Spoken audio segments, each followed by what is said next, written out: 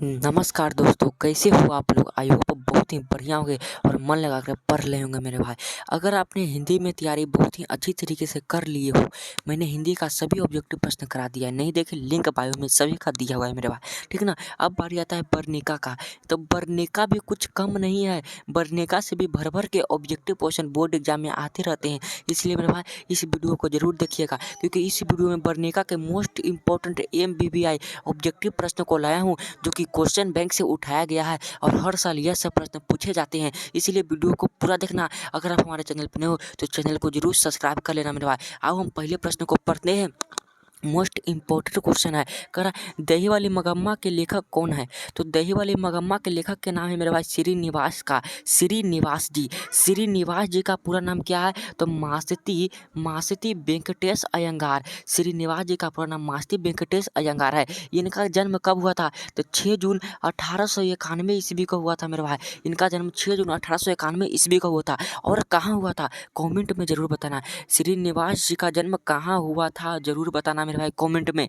आप सभी के कमेंट का इंतजार जरूर करूंगा। मगम्मा क्या बेचती थी, तो मगम्मा मेरे भाई दही बेचती थी, ठीक है। अगला क्वेश्चन है, दही वाली मगम्मा कहानी का प्रमुख पात्र कौन है। तो दही वाली मगम्मा कहानी का प्रमुख पात्र मगम्मा है, क्योंकि मगम्मा का कहानी पर ही इस कहानी आधारित है। मगम्मा के ही कारण यह कहानी बना है मेरे भाई। दही वाली मगम्मा किस शहर में दही बेचा करती थी, तो मेरे भाई बेंगलुरु शहर में दही बेचा करती थी। राइट आंसर ए हो जाएगा। अगला क्वेश्चन करा, ढहते विश्वास कहानी किस लेखक द्वारा अनुदित है, तो मेरे भाई राजेंद्र प्रसाद मिश्र द्वारा अनुदित है। मोस्ट इंपोर्टेंट क्वेश्चन जरूर याद कर लेना, ये आंसर सही हो जाएगा। करा ढहते विश्वास कहानी में किस राज्य को बाढ़ एवं सूखा से प्रभावित दिखाया गया है, तो मेरे भाई उड़ीसा राज्य को, ठीक है। राइट आंसर सी हो जाएगा। ढहते विश्वास के रचयिता हैं, ढहते विश्वास कहानी के रचयिता कौन यानी लेखक कौन है, तो सातकोरी होता जी हैं। राइट आंसर सी हो जाएगा। अगला क्वेश्चन करा, लक्ष्मण कौन था, लक्ष्मण कौन था, तो लक्ष्मी का पति था लक्ष्मण।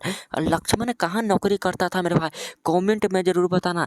लक्ष्मण कहाँ नौकरी करता था, कमेंट बॉक्स में जरूर बताना मेरे भाई। आपके कमेंट का मैं जरूर इंतजार करूंगा। करा लक्ष्मण कहाँ पर काम करता था, देखा आ गया क्वेश्चन। तो लक्ष्मण कहाँ पर काम करता था, कमेंट में बताना इसका जवाब। लक्ष्मी के पास कितने बीघा खेत था, तो मेरे भाई 1 बीघा खेत उनके पूर्वज छोड़कर गए थे, ठीक है। कहता लक्ष्मी किसके घर काम करके अपना गुजारा चलाती थी, तो तहसीलदार साहब के यहाँ काम करके अपना गुजारा चलाती थी। अगला क्वेश्चन है, ढहते विश्वास कहानी में किस नदी का भयावह दृश्य प्रस्तुत किया गया है, तो महानदी का, ठीक है। महानदी कहाँ स्थित है, उड़ीसा राज्य में स्थित है। कह रहा कि इस तरह पागल पुत्री को तो एक माँ ही पाल सकती है। यह किसकी उक्ति है, तो मेरे भाई अस्पताल के कर्मचारियों ने, समाज के लोगों की यह कर्मचारी है, यह पद उक्ति है मेरे भाई, ठीक है। करा मंगू को पागलपन का रोग कब से था, तो जन्मजात से ही था, जन्म लेते के साथ ही हो गया था। मंगू के अलावा उसकी माँ की कितनी संतानें थी, तो मंगू के अलावा उसकी माँ की 3 संतानें थी और मंगू को मिलाकर 4।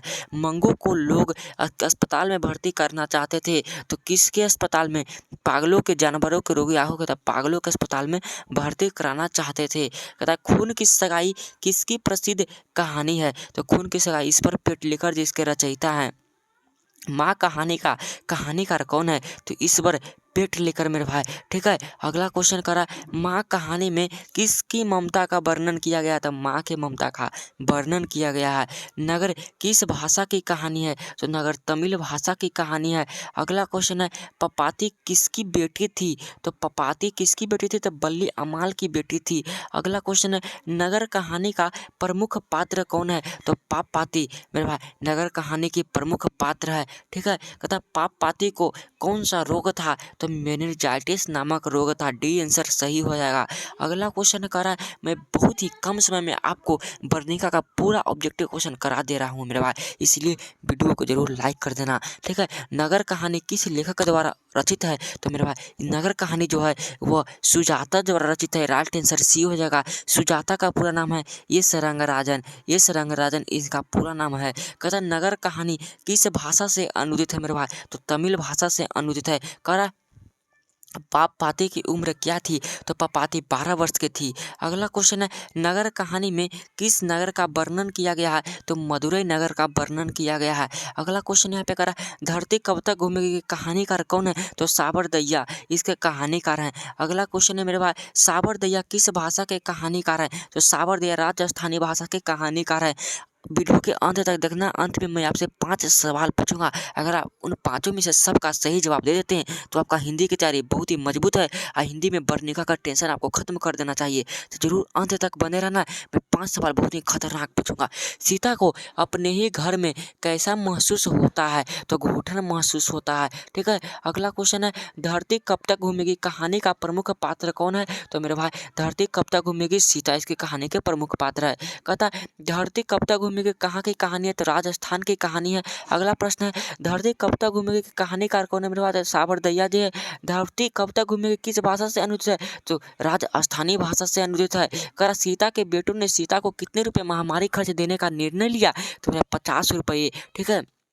धरती कब तक घूमेगी कहानी किस लेखक द्वारा रचित है? तो मेरे भाई धरती कब तक घूमेगी जो है वह साबर दहिया है, उनके लेखक हैं और अनुवाद उन्होंने ही किया था।